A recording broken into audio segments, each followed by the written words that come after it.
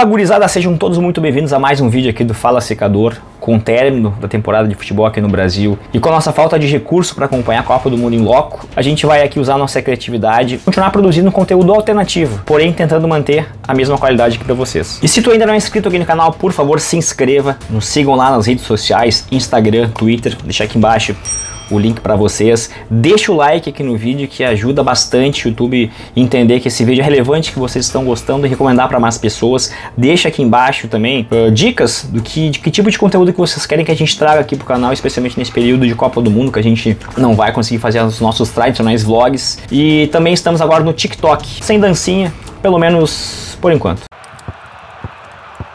Partida de número 15 desta Copa do Mundo, Estados Unidos e Colômbia. Na década de 80 e 90, a Colômbia estava sob os comandos dos narcotraficantes e, como em todos os setores da sociedade, o futebol também foi muito influenciado pelos cartéis. Nesse caso, especialmente o cartel de Medellín, comandado por nada mais nada menos que Pablo Emilio Escobar Gaviria. Ele mesmo, Pablo Escobar. Nesse período, o país vivenciou a maior safra de craques da história do futebol colombiano. E isso se deu graças à matéria-prima que o Atlético Nacional possuía, o Alviverde de Medellín. E em 1989, o técnico Francisco Maturana tinha em suas mãos Aristizábal, Treges, Higuita, Asprilla e Andrés Escobar, o número 2 daquele time. Além de toda essa força, desse poderio dentro de campo que a equipe possuía, como já mencionado, possuía também uma forte influência Pablo Escobar nas entranhas do clube, assim como na política futebolística e política nacional do país naquela época. Para se ter uma ideia, o Campeonato Colombiano de 1990 não chegou a terminar porque o árbitro da final, o Álvaro Ortega, acabou sendo assassinado pelo cartel de Medellín, e junto com esse assassinato teve outros, como jogadores de futebol, presidente de clube e outras personalidades que acabaram tendo sua vida ceifada em razão do narcotráfico.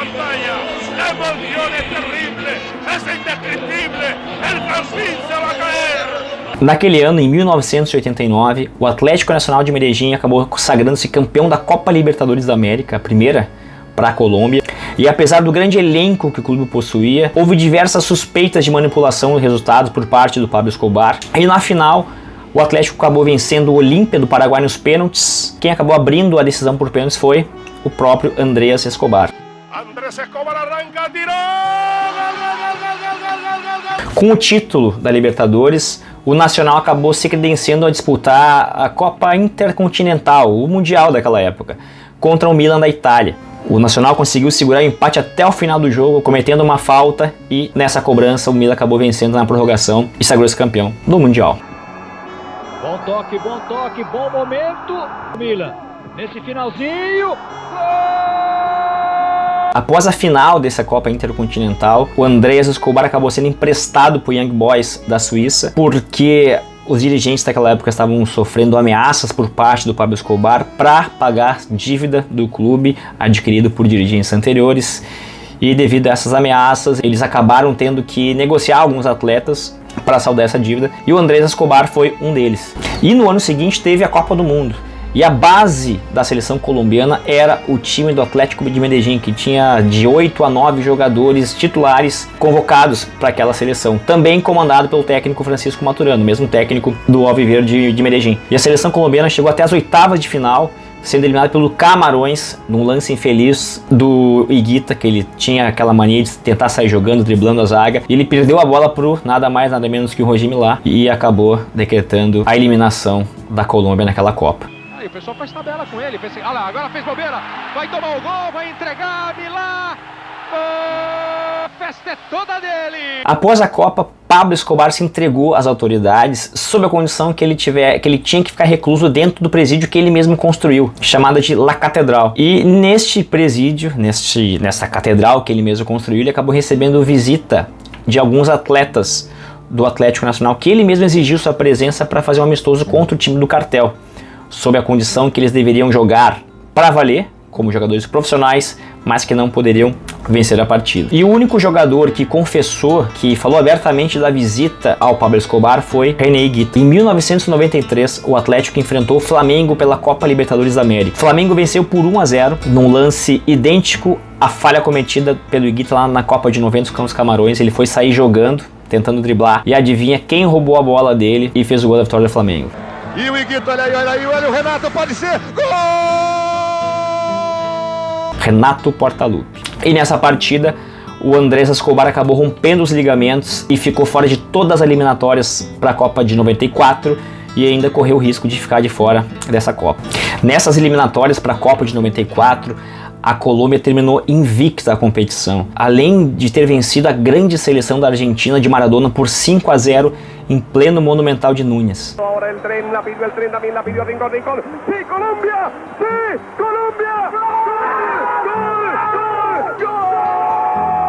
Em 93, o Higuita acabou sendo preso por 6 meses, pois ele foi acusado de ter participado do sequestro da filha de um senador. Se vocês quiserem ter mais acesso a informações, tem uma série nova agora na Netflix chamada Gol Contra, que ele mostra bem os bastidores do que aconteceu naquele período. Mas em razão dessa detenção do Higuita, ele acabou ficando fora por grande parte das eliminatórias e também ficou fora da Copa do Mundo de 94. A seleção colombiana, como mencionado anteriormente, tinha uma máquina. Tinha Fred Rincón, Asprilla, Aristizábal, Valência, Gabriel Gomes, Andrés Escobar, entre outros. E devido a esse favoritismo que criou em torno da Colômbia para a Copa de 94, o time meio que chegou de salto alto na competição. Tem ali relatos que houve muitas festinhas dentro do hotel. E a estreia da Colômbia na Copa do Mundo foi 3-1 para a Romênia.